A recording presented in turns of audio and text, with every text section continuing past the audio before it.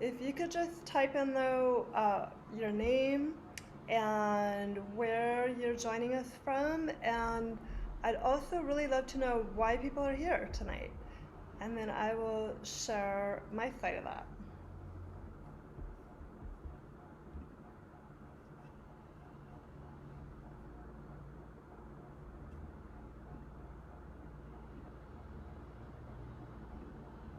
Okay.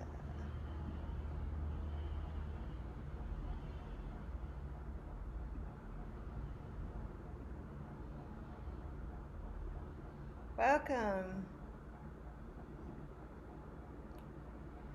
All right. I'm just trying to get the screens together here. Okay, so for people who just joined, I just wanted to let you know that I was asking people to go ahead and type in the chat where you're joining us from. Your name probably will show up and why you decided to take this class tonight.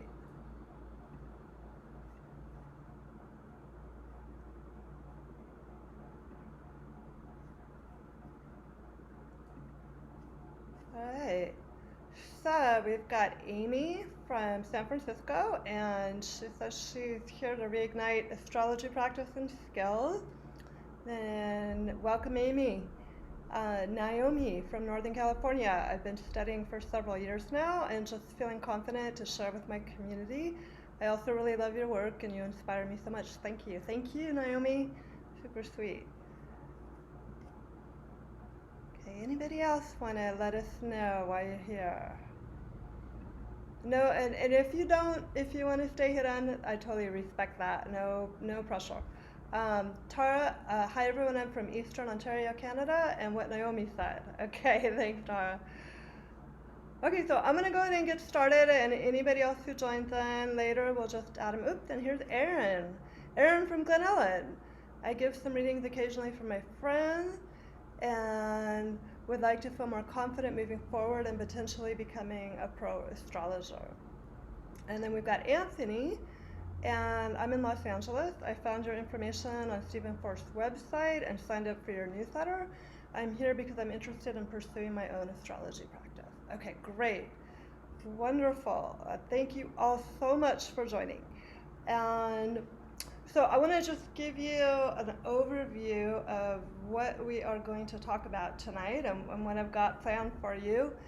So I am going to tell you a little bit about my own roadmap and my own journey to astrology and how I got into it and how I decided to go pro and what I did to make all that happen. And do that for just a couple minutes, and then I want to go through the roadmap, go over the checklist I sent you. I hope you all got that. If you didn't, please type in the chat and I'll send that out to you real quick. But we're going to go over that checklist in more detail and do just a little bit of a writing prompt around it. And then I will give you some time for asking me questions, about anything that comes up as we're moving through the checklist. And then I want to find out from you all at the end how you place yourself on that roadmap and what you might think you need from here on out to move forward, and give you some ideas about how you might get to that next place in the road. So I want to just also welcome Hillary, and she says she's from Baltimore, Maryland, and I'm here because I'm looking to deepen and add another level to my astrology research. So welcome, Hillary. Okay, so my name is Fern, and I'm coming to you right now from Oaxaca, Mexico, where I've been visiting for the last several months, and I have been an astrologer, involved in astrology since 1989, when I got my first official professional astrology reading from an astrologer that a college friend of mine said, "You've got to go to this person, she'll change your life." And sure enough, she did. So after getting my first reading from her, I just started, taking in every astrological book, resource, anything I could get my hands on. I just dived really deep. And for those of you who already have a sense of the chart and know the basic nature of the planet, you might be interested in knowing my Mercury and Pluto and Uranus and Jupiter are all conjunct in Virgo in my 12th house. So it was really a natural fit for me to do some deep astrological research. And after a couple of years of that, I happened to very serendipitously meet a really amazing friend and mentor, Asata Gabrielle, and she kind of took me under her wing in many ways. And she had been an astrologer, and she was a channeler, a very psychic, and she was also interested in herbs and plants and flower essences. So she taught me so much about all of that and just how to trust and follow your intuition. And so I worked with her for a number of years. And then I started to, probably in about 1995 or so, I don't know, I've been studying for a while, and then I was like, I think I want to start doing readings for people and maybe make this a thing. And at that time, being an astrologer was different than it is now. Like only in the last 5 or 10 years, astrology has really blossomed and become a lot more socially acceptable. But at the time, it was a little bit more of a struggle to say that's going to be my career path. So I decided to do the Virgo practical thing, and I studied to become an elementary school teacher and got my teaching credential and started teaching elementary school, and also started to slowly kind of grow my practice. And it was around that time I came across the work of Stephen Forrest, who some of you are familiar with, and I joined his astrological apprenticeship program, and just continued with that for many years, and then became one of his master astrologers. And during that time, I also found other astrologers that I took classes from, attended monthly new moon meetings with Rio Oleski. For those of you who are from Sonoma County, you might know Rio. He's a long-term, great astrologer. He taught astrology at the JC for many years. I think he still is now at the Santa Rosa JC, and he was wonderful. So that's my lineage of astrology. And it was in about 2003 that I actually came out with my first marketing materials and website, and was like, okay, I'm gonna do this full time. This is gonna be my thing. And so as I went through that process, doing all the trainings and receiving mentorship, I learned a lot. But one thing that was missing from that whole piece was that I never really got any kind of a plan or a sense of definition, excuse me, about what are the steps, that it takes to go from just beginning to when do I get to call myself a professional astrologer? I kind of made it up as I went along. And so I wanted to share that with you. It's something that, as I've been mentoring people in that pathway, they've asked me questions like, do you think I'm ready now? How many charts should I read before I start charging? At what point can I move from charging sort of the beginner's rate of, practice charts to charging like a full amount, like a, real astrologer kind of thing? So I thought about those questions, and the answer is this class.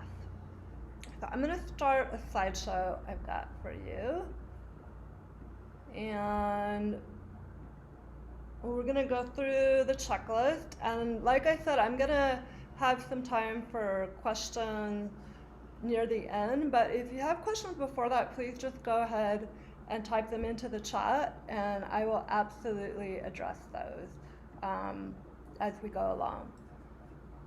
Okay, so you've all seen my kind of mini roadmap, and how I've categorized it is But I think this journey begins with Mercury, where you learn the technical foundation for astrology, the ABCs, the language, how you turn the glyphs into understanding the meaning of the planets, the signs, the houses, the aspects, and the transit. And that to me, you can't go into being in the Jupiter phase or the Saturn phase without having that technical foundation. That is key. And so I wanted to just go over that piece of it a little bit. This is the Mercury piece, and this is when I know some of you are much further than that, and some of you maybe have just begun.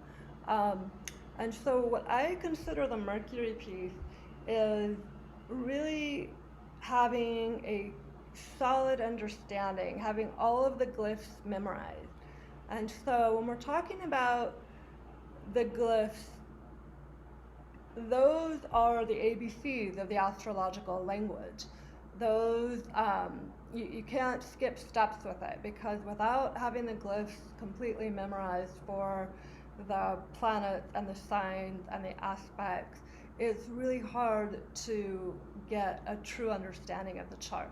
So I like to think of the glyphs as your sort of cosmic keys to unlock the mysteries of the universe.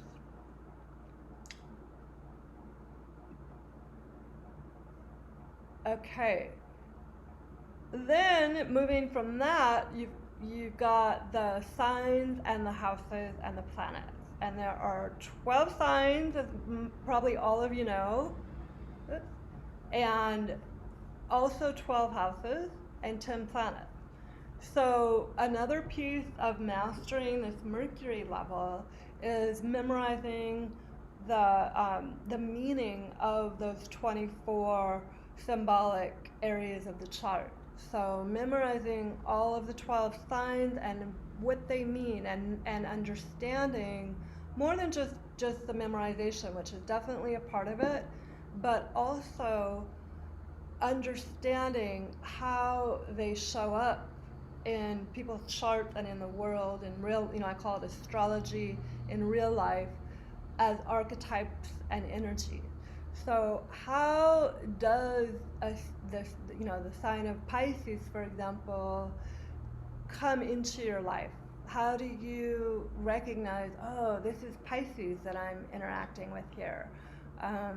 I recently had an experience of that when I was on the beach down here, and I was sitting on the beach, and this young man came over and started talking to me, and he introduced himself, and he greeted my dog, and my dog took to him right away. I was just really drawn to this person. And then he started talking about how he'd really gotten interested in psychedelics, and he was a student of physics, and he really loved the ocean. And I was like, oh my God, this is Pisces coming to spend some time with me. And he was just a perfect embodiment of that energy. So part of this Mercury level is really recognizing and seeing the astrology come alive in your life, and knowing how to identify it. Okay, so this is our first journal prompt, and what I would love to know is, what do you know right now at this point about the technical foundation of astrology, and what more do you want to learn? So I want to emphasize here that even after 30 years of studying astrology, I feel like I always have more to learn about the technical aspect. There's always another layer of understanding of even the meaning of the glyphs, because the shapes of the glyph have so many different layers. But what I'm talking about when I talk about getting a basic understanding that allows you to move forward on the path towards that Jupiter and Saturn is having sort of a container of expertise where you feel confident that you can read a chart based on what you know. So I would love it if you could take just 2 minutes right now and write down with whatever you got to write down with, whether it be a computer device, pen, paper, whatever your tools, what do you know now about the technical foundation, and what more do you have to learn? So I'm going to stop talking for a moment and allow you to do that, and then we'll check back in a couple minutes. And again, any questions, just type them into the chat, please.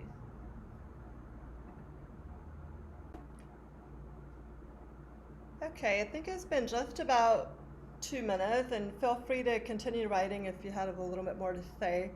But I wanted to just address what I think it's Aaron Appleton, said in the chat. And if anyone else would like to share what their response is to that journal prompt, please go ahead and do so. So she was saying that I feel confident in my understanding of glyphs, zodiac signs. I think I trick myself into thinking I know less about the planets than I really do. I feel confident in my understanding of the houses, but feel like I could always learn more. And trying to negotiate how to use modern and ancient techniques.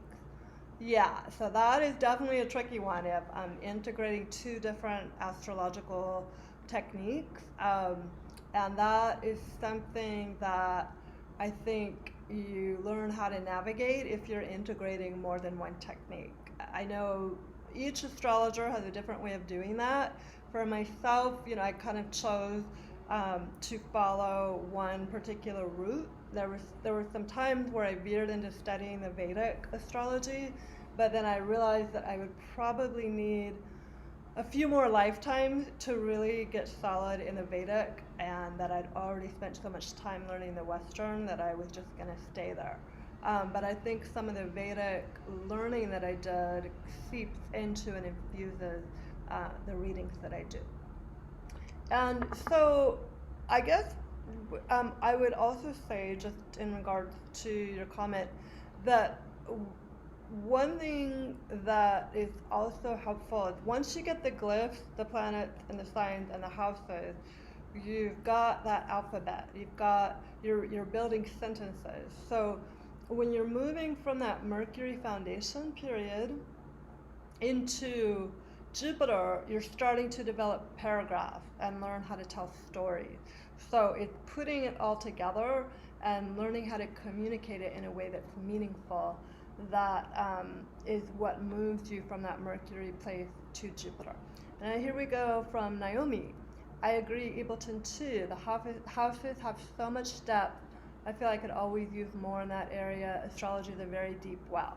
Really good point, and I want to just address that, because one thing I always tell my students and my mentees is that part of learning the art of astrology is learning both what to put in and what to leave out. It's having that sort of very specific, detailed, I want to say like Virgo perspective of being able to go very deep and look at the details of somebody's chart, but also being able to step back and have the Pisces, and this is perfect for this Virgo Pisces full moon we've got coming up on Saturday, but having more of a holistic perspective and looking at the whole picture from more of a distance. So with astrology, as you go on with it, you learn how to kind of flow back and forth between those two different focuses and those two different perspectives. Because I know earlier on in my own path with astrology, I would get stuck sometimes in one or the other. I'd either get so obsessed in some of the details of, it was all about the Mercury, and just diving so far deep that I wasn't looking at the chart as a whole and really telling a meaningful story about it. So you start to build up sort of a muscle where you can go back and forth between those different perspectives, and that creates the story of the chart that you can share with your client. Okay. Anybody else have anything to share from the journal prompt writing, or maybe should we move on? All right. Okay, so Anthony, is it just a personal choice where you draw the line in the technical tools that you use? Different house systems, obscure asteroids, lots, decans. Really good question. So I would say we're going to get to that in Jupiter. So I'm going to hold that question, and because we're moving right into Jupiter right now. So once you've got that foundation of feeling comfortable, feeling like you can speak the language fluently enough that you can get by. You know, I'm here in another country right now, and my Spanish is, you know, un poquito, and I am feeling not so confident, but I will try different words, and I'll try to get my meaning across in one way or another with my limited vocabulary. My vocabulary is slowly getting bigger, and I'm practicing. So it's funny for me because astrology is so fluent now to be in a place where I'm speaking a different language and remember what that feels like. But when we get to Jupiter, you've got your vocabulary feels solid enough that you have got some meaning. And at this point, this place in the astrological road is about meaning, flow, space, intuition, and story crafting. So the question that arises is, how do you set the stage? How do you craft the story? And how do you connect to or infuse the divine into your connection with the chart and the client? For me, just my particular philosophy of astrology is that this is part of how I connect to spirit and the divine and share it with the others who I'm doing readings with. So for me, astrology is a spiritual practice. Not true for every astrologer, and that is also a Jupiter question and one that Anthony brought up. Okay, so let's go to this next piece. How do you make meaning of the stories, archetypes, and energy? So part of how you make meaning is by understanding which parts of astrology you're going to choose to tell the story with. And so, yes, Anthony, it does have a personal choice to it, but I feel like that personal choice is shaped by the individual astrologer's chart. And so that's part of this process of being on this astrological road, is understanding your chart and how that's going to direct you to specific types of tools and techniques you might want to bring in. So an example I can use of that is that in my chart I have Venus in Cancer in the 10th house, conjunct Vesta also in Cancer, and Black Moon Lilith is up there as well. And so when I got into astrology, one of the things that really captivated me was the asteroid, because it felt like there was a feminine, more room for the feminine. And I had already been working for many years with, you know, the whole concept that there was a goddess as well as a god, and the feminine divine. And so when I found out that there was space for that in astrology, I was like, okay, this is my thing. And that was very much, I feel, shaped by me having Venus in Cancer or conjunct Vesta, part of my sacred purpose, to bring that into the world. So I think other astrologers, there's going to be people who really resonate with the ancient techniques. And one thing I find super interesting right now is that so many younger astrologers are really bringing back some of the traditional astrology. And I'm taking a segue here. I'm going to bring it back, but I feel like that has something to do with this generation that's got the outer planets in Capricorn, because Uranus in Capricorn in particular, because Uranus rules astrology, and we've got it in Capricorn. So there's this sort of renaissance of the old tools. So look at that in your chart. What is your chart nature, and how does that shape your niche and the tools you're going to use? So I hope that addressed your question. And I'm going to go back now to Jupiter again, and just, so how do you make meaning of this language that you have learned to articulate? And how do you tell stories about the archetypal energies of the planets and the sign. This is a really key part of doing a reading for somebody, because it has to be coherent. It has to be delivered in a way that they can hear. So there are so many different ways to do this, from knowing your client's chart and knowing how they might best receive the information, looking at their Mercury. And if they've got Mercury in a water sign, they might like to hear more metaphor or poetry. If they have Mercury in an earth sign or a Capricorn, they might really want a factual kind of delivery. There's also a layer to this section that has to do with understanding the mythology behind Western astrology, which is derived from a lot of different streams of culture. The Western astrology, and I get into this more in the Be Your Own Astrology class with the history of astrology, but it came out of present-day Iran and Babylonia, and the names for the planets and the goddesses and the gods were very different. But how it's filtered down to us today, the Western astrology, is through the Greek myths. So I think it's absolutely essential when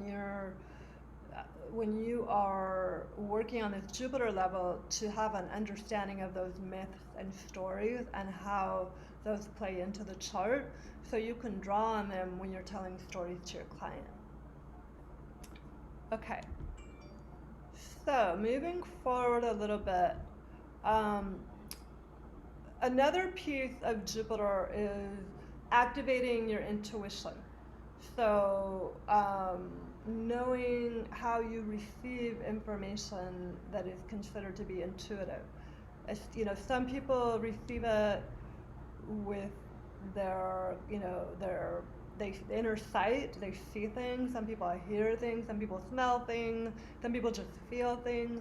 So getting kind of a sense of where your intuition shows up. And another piece of the Jupiter part of the road is you're going to be doing some counseling with people. And a lot of astrologers have actually taken counseling classes or have experienced counseling. But when you have somebody's chart, you're holding a very tender and vulnerable part of them, whether they know it or not. And so how you communicate with them and that part of them is crucial. How you, especially with Scorpio clients, how you communicate confidentiality guidelines is absolutely essential to set up a safe container. So I'm gonna just look at a couple of these questions, and let's see here. Hillary, I would like to learn more about current transits and how they relate to transits in a chart. I can understand squares, sextiles, etc., but for some reason translating that into a current transit is difficult for me to see the big picture on. Okay, so, and Anthony's correcting it. No, I got it. I got that. Yeah, so, okay, so when you say you can understand squares and sextiles, that would be called aspects. So aspects between in the natal chart. If I have a Venus trine Neptune aspect, that's part of my natal chart. The transits are the relationship between where the planets are now and where they were when you were born, and that's the transit. So it's kind of like a transit is an aspect to your natal chart. It's not a transit between. It's not an aspect between the planets within the chart. So it's how time has shifted in the relationship between your chart and the current chart. Just like you have a birthday every year, the sun's cycle is 365 days. Every planet has a cycle. So knowing that the cycle of each planet is part of that Mercury level, and that's part of the technical skills, is that knowing that number. The sun, 365 days. We pretty much all know that. The moon is 28 and a half days. We pretty much know that one too. But Mercury, Venus, Jupiter, Mars, the rest of them, their cycles are much longer, and most people are not as familiar. But in order to really understand the transit, you need to memorize the time of those cycles. Um, okay, yeah. So Hillary, it sounds like you are in the Jupiter realm. Absolutely. Okay, so I would love to just give you all some space right now to do the writing prompt, and we'll come back to some questions in about 2 minutes when you have a little bit of time to write that down. So I'm going to stop talking once more and stop the recording and give you all 2 minutes to write. I'm going to start recording again. Okay, I see that in the chat that E. Appleton, who I think is Aaron, you can clarify that if you want, Aaron. She's responded to the journal chat in the journal prompt in the chat, which is great. Yes, yeah, okay, great. E. Appleton is Aaron. Wonderful. And she's saying, I think everybody saw it, but I want to read it for people who aren't here who may not see this. I feel things in my body, my stomach and skin. Mars, Venus conjunct in Virgo in the first. I love that. I love how you lay that out. I absolutely love counseling others. I like helping people through issues by offering them a perspective they may not see. I like to help people see their potential, and it helps to have almost literally a manual to help them work through. Absolutely. My Mercury is conjunct Jupiter in Leo in the 12th. I love teaching and empowering, especially in a spiritual context, which is often neglected in these days and times. Totally. Thank you for that share, Erin. That's wonderful. And one thing I would say to you that you might want to look into as you continue on your path as an astrologer is doing some astro drama. I think that would be perfect for your Mercury, Jupiter in Leo in the 12th, and it's so much fun. That's one thing. When I used to be able to do live classes, I love doing astro drama with people. So that may be a nice niche for you.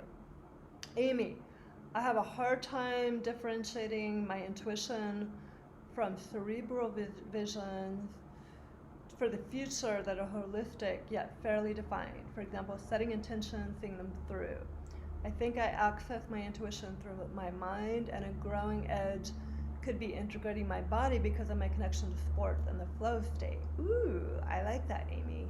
Yeah, and also I like that what you said about the body. I think that's really true for you. And I know in your chart you have so much fire, and that all that fire is very athletic. And so I think almost to calm your brain down and be able to access your intuition, I thought that could be really powerful to set some kind of intention, to kind of receive information from your intuition before you do something physical, and then see what comes after.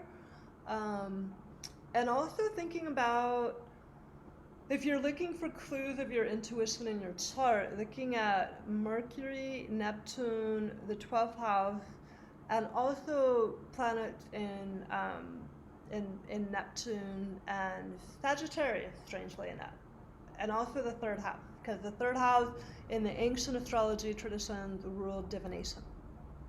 Okay, Anthony, I feel like intuition is an element that differentiates an astrologer from astrological writing, because writing doesn't intuit how it may be perceived. An astrologer can speak with the client, get to know them a little, and create a reading around how that individual might best receive the information. Yeah, and actually though, I would challenge that, because I see what you're saying. I think that there is a different kind of intuition that can come out with writing, that you could sometimes channel information from the cosmos, from spirit, that comes out into your writing, and it may be exactly what somebody needed to hear that day, even though you have no idea who that person is. But I think when you get what you're saying, when you're doing a reading with someone and you are in front of them and just getting that sense of them, that's a particular kind of intuition. That's like, feel it in your body. That's like reading their body language and just kind of receiving them. So I think that is something to just, you may be really skilled in that kind of intuition and that comes more naturally to you. Whereas somebody else, probably somebody who's got lots of Pisces in their chart, that would be overwhelming to have somebody sitting next to them. They may be safer receiving information through a, like automatic writing, just where they're writing it out. And I know some astrologers who only do charts where they will write it. They won't actually have an interaction with the client.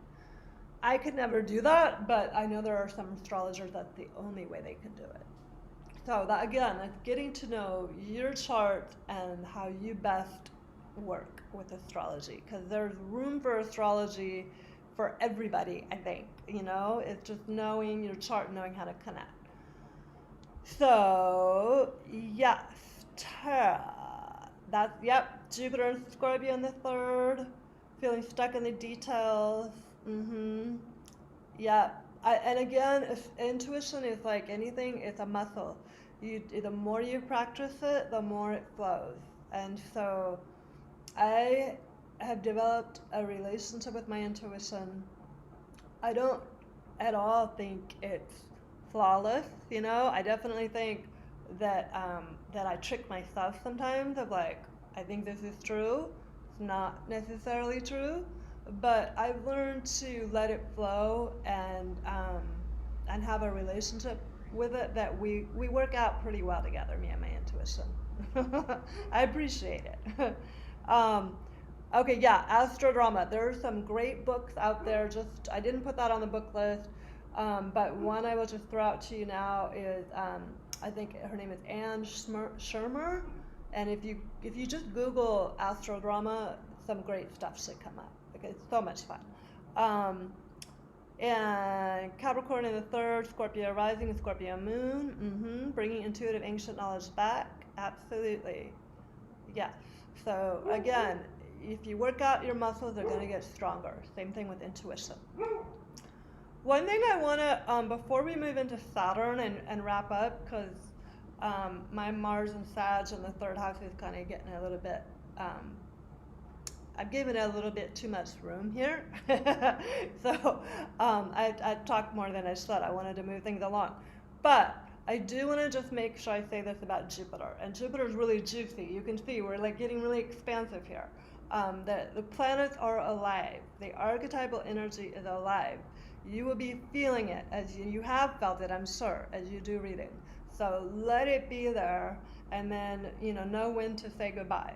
That's part of what we'll be getting into next with Saturn is boundaries. But before we do, Jupiter.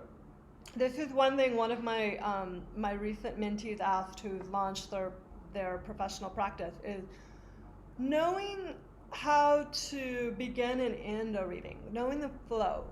How do you start and how do you end? And one thing that's handy in that is knowing how to delineate a chart. Knowing a chart delineation is the structure for how you will go through the chart.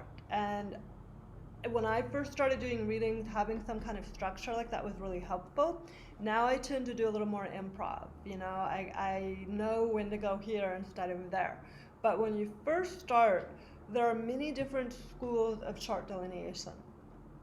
The one that I learned and how I created my own outline, which I share with people in the Be Your Own Astrologer class, is that you starting with the planet that rules the ascendant. That's one way. When I can't see anything else, I will start there. That's like my home base.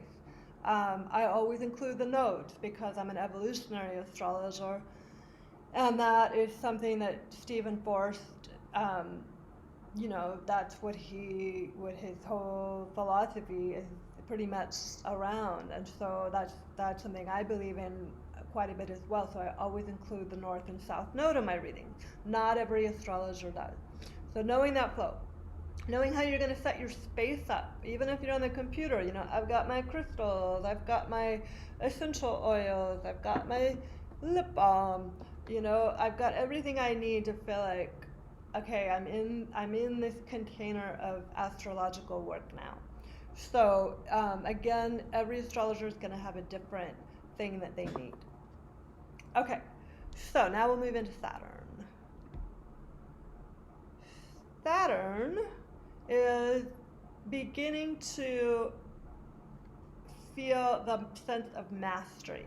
And any of you who have gone through your Saturn return or have a lot of Saturn influence in your chart or just feel like you know Saturn, you know that Saturn takes practice and work and commitment and focus and discipline and all those Saturnian type words. Saturn involves creating the container, creating the boundary.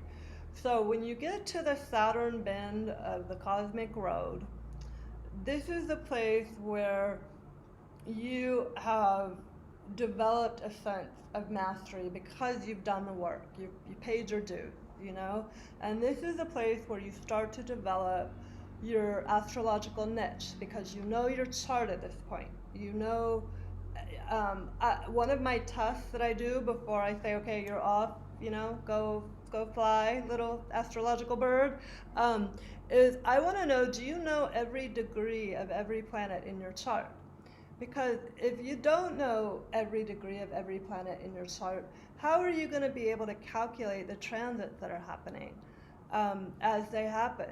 If, like right now, I know that the full moon on Saturday, that it's at 8 degrees of Virgo and Pisces. I know that my sun is at 3 degrees. So I know this full moon's affecting me. If I didn't know those degrees, I wouldn't know that. And how can I be useful to my client? So there's a certain amount of accountability that you go through as you get to the Saturn road. And knowing your chart is a big piece of that.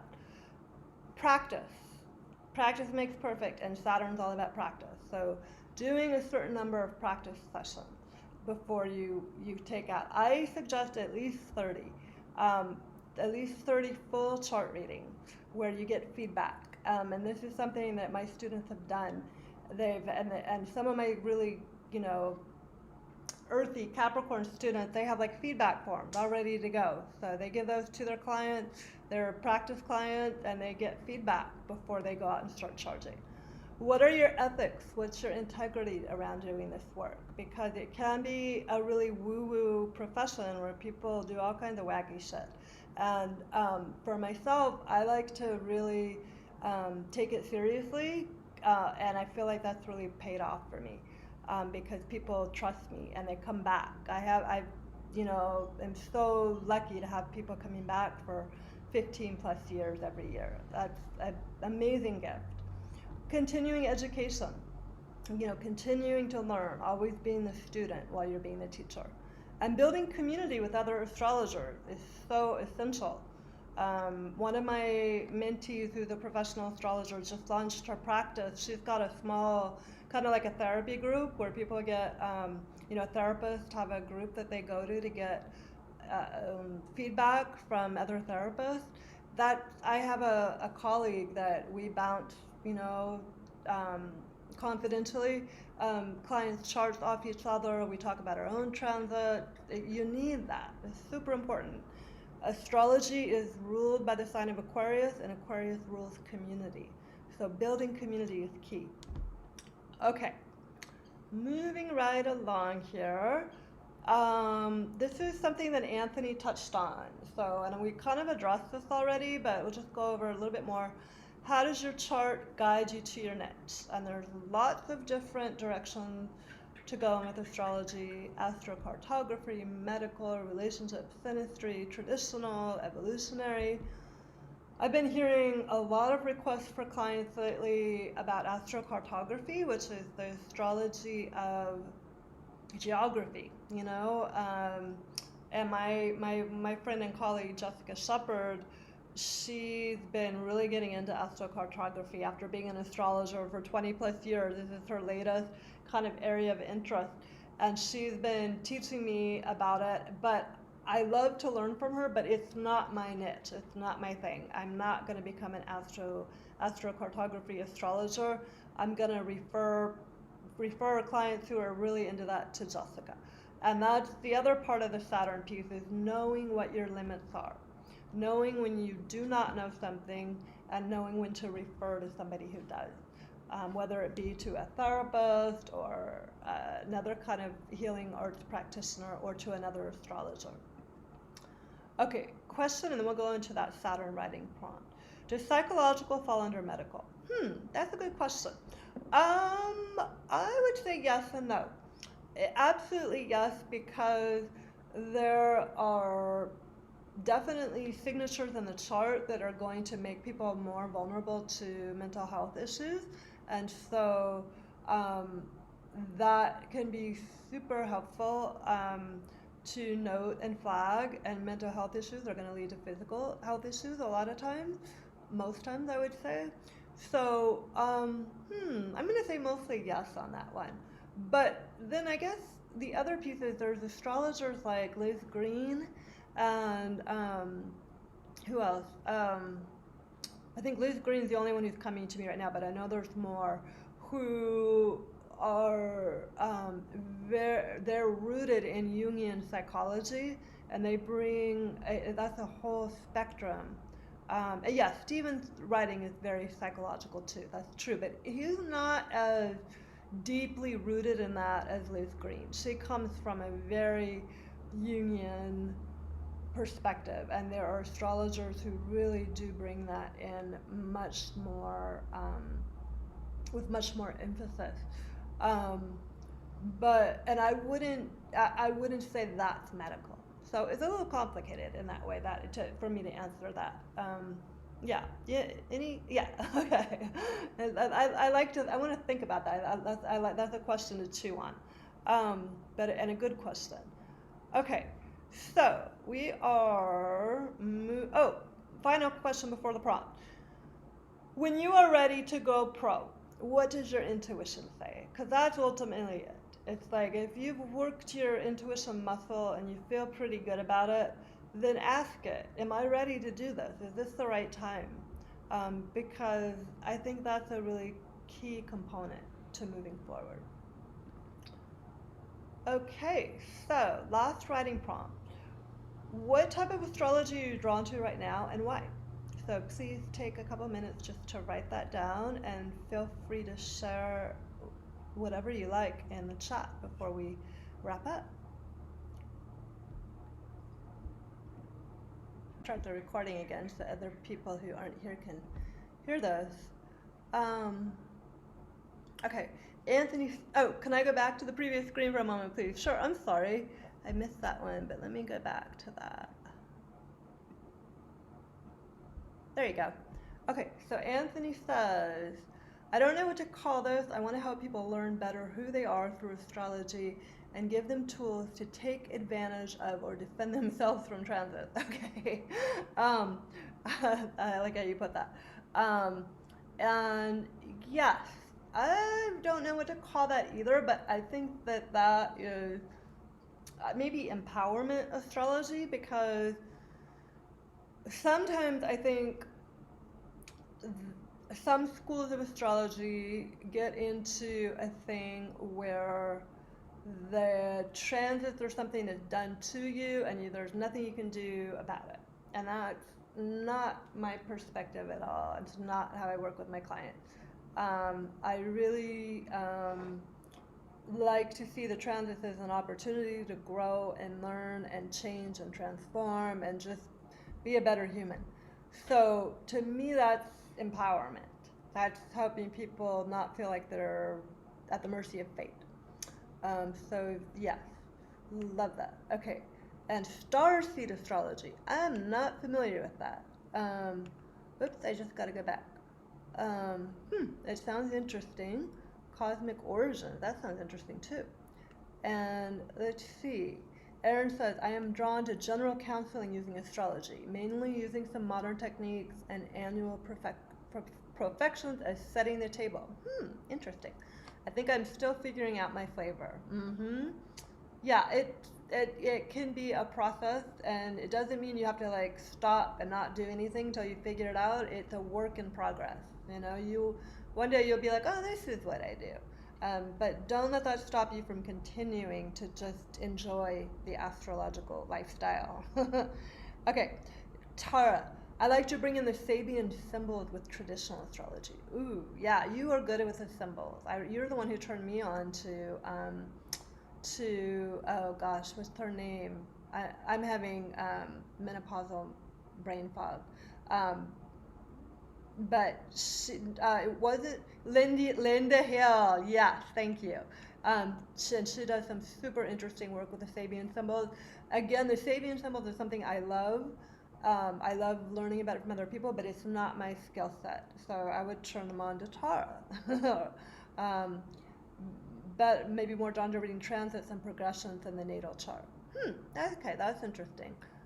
Good one to know. That sounds like your Aries to me. Let's just jump ahead into the future. Um, and Aaron, I like the general help me through life stuff. Yeah, that is, astrology is a good at helping people through life, and so I you've got this matter of fact, practical thing, and be curious to see how your chart relates to that. Wheeler also does some work with this symbol. She created them. Okay, so thank you all for sharing that. Um, and I guess what I would love to do to wrap up here is to find out. We're going back to the chat again. I would be curious to know how you self sort yourselves right now in terms of where are you on this astrological map. Would you say you're in the Mercury phase, in the Jupiter phase, or in the Saturn phase? Let's see what we got. Tara.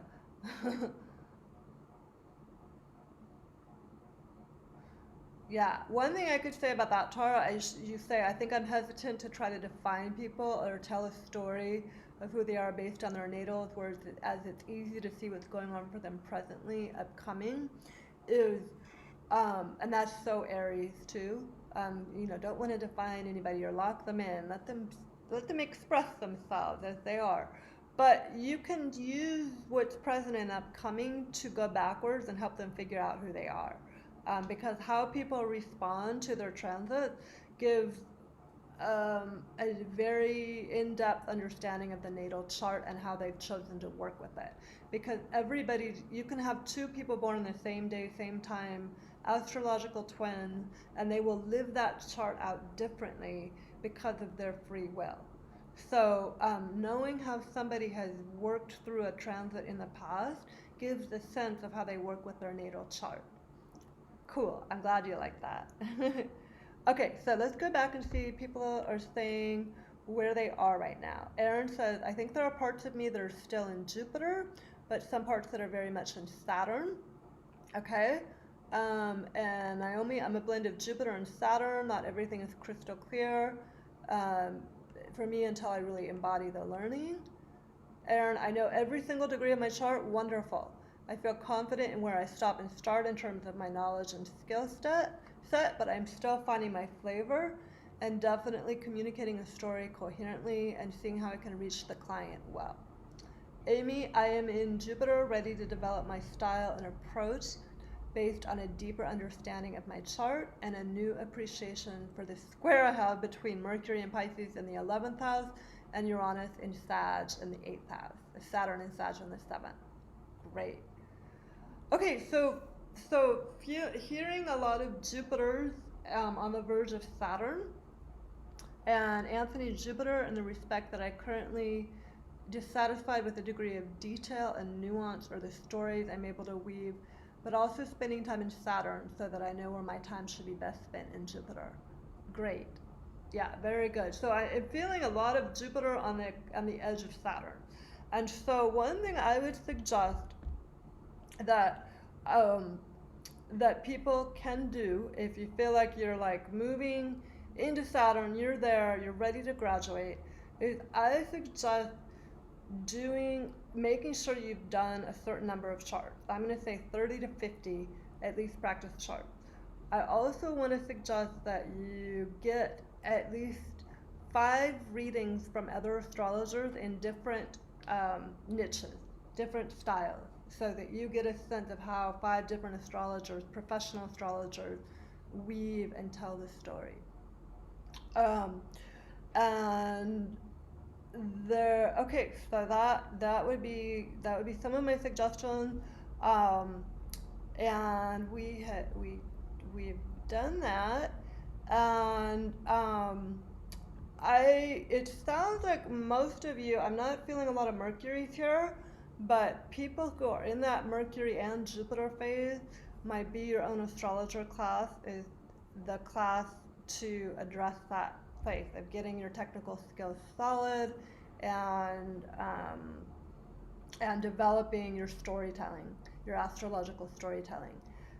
If you are more moving into that phase of wanting to be a professional astrologer, wanting to really fine tune that, then my astrological mentorship is a good one. So if you're already doing client sessions but want feedback and another perspective, that's something I can do in the mentorship. I've done it with mentees where they bring a client's chart to me before a session and we go through it together, or I point out things they might have missed, I help them shape the story, help them craft kind of a delineation of it.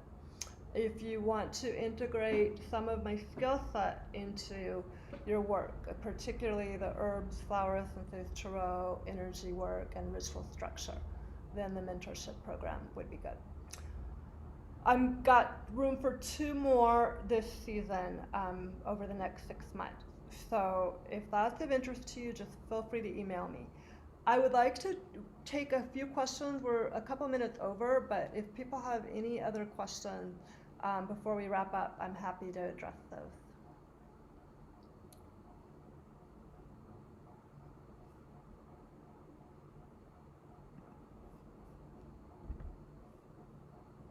You're very welcome. Absolutely. That it sounds like not seeing other questions. So I will just let you know that I will upload this. Oops, going back here. Okay.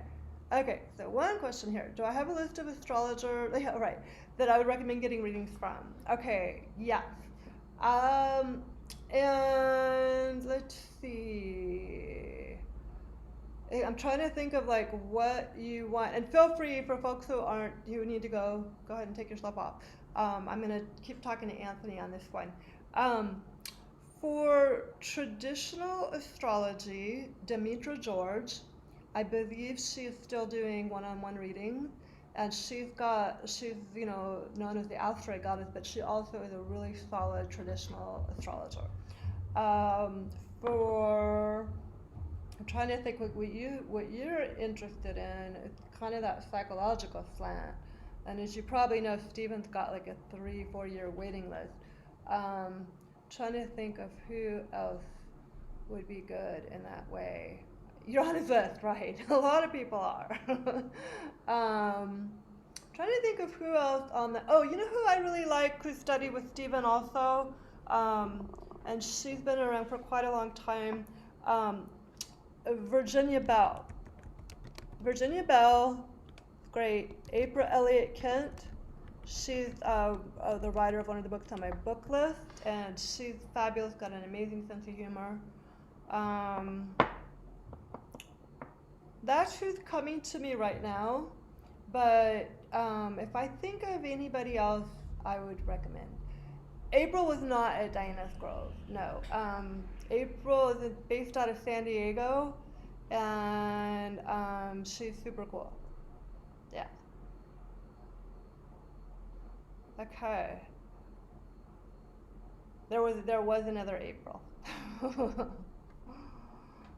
All right. You're very welcome. So take care, you all. Thank you for joining, and I will catch up with you hopefully some point in the future. Love you too, Tara. Bye bye.